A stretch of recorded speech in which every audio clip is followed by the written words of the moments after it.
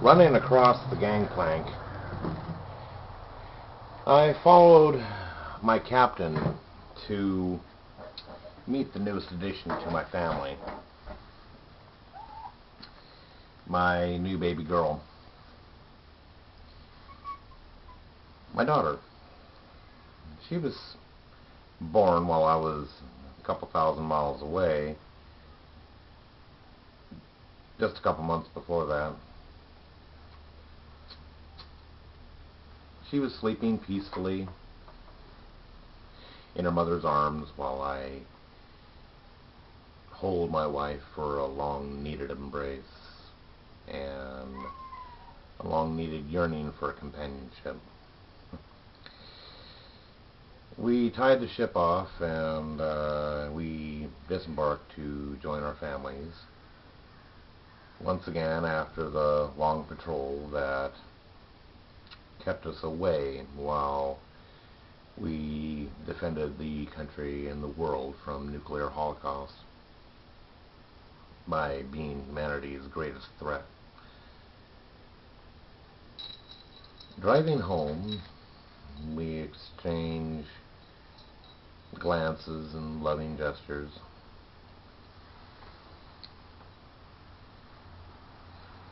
We pull into the driveway.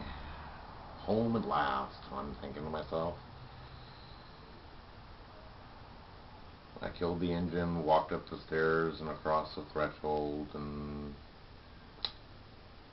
started a long-needed rest after the duties of the past few months. Now let's warp forward a little bit because we don't want to get graphic here. The next few days were recuperating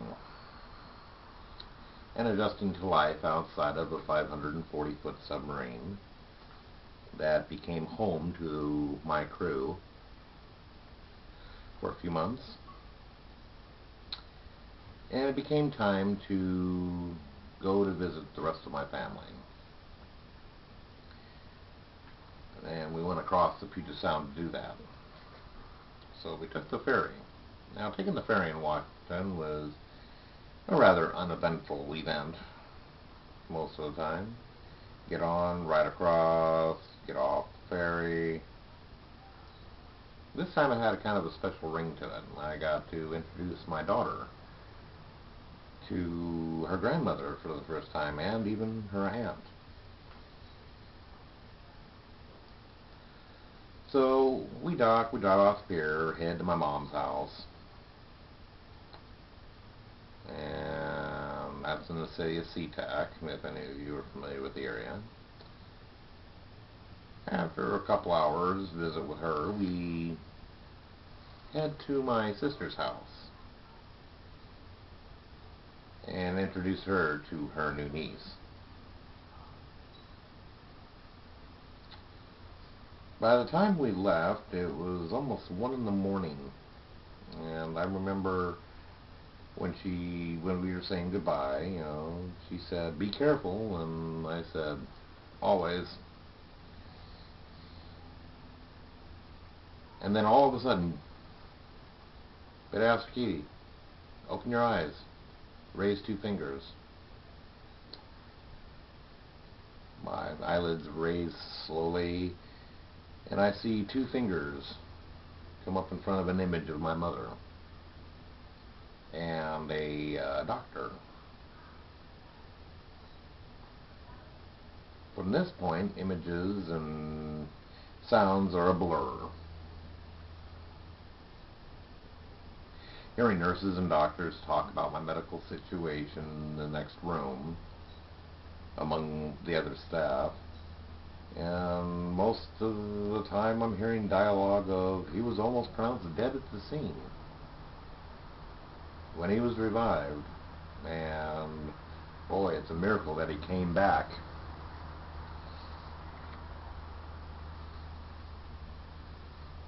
I faintly heard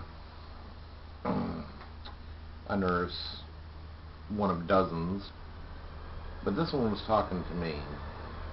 And she said, "Petty officer, can you hear me? You sustained serious injuries. in a car accident. And right now you're in a coma. And you have a broken clavicle. We almost lost you there. But you're going to be fine now. Welcome back. Can you hear me? So,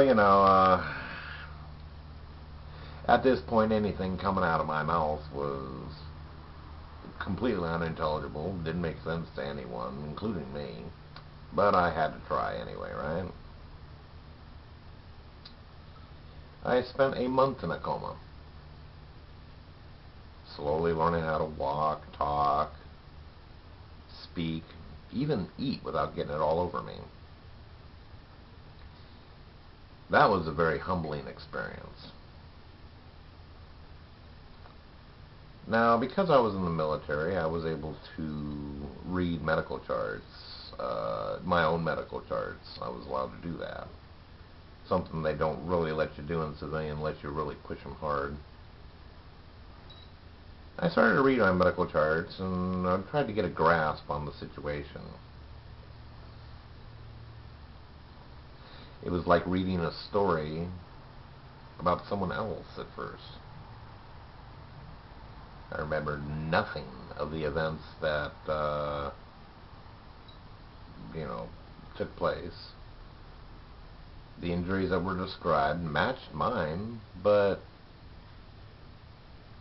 the only thing that linked me was my name. Nothing seemed familiar.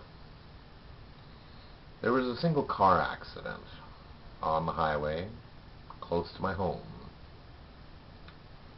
Man ejected from the car, unresponsive, no vital signs, revived during a bout of CPR, transported to a local hospital, transferred to the military hospital in the area, unresponsive to all but pain. The patient uttered only unintelligible sounds,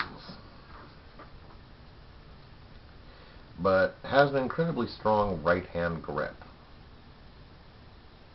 Apparently I attacked somebody who was trying to move me because it hurt. 2 weeks worth of information about this patient goes by when I finally run across a familiar point in this chart. With his mother nearby, he raised 2 fingers on command. Now, I checked the date for this, and then I referenced back to the date of the accident. Dropping the chart, I stood there in disbelief, world spinning all around me. An entire 2 weeks? I warped 14 days into the future without so much as a dream. I was transported in an ambulance twice, jerked all around the place, poked, prodded, pushed for half a month while I was not even there. I even attacked someone and didn't even know it.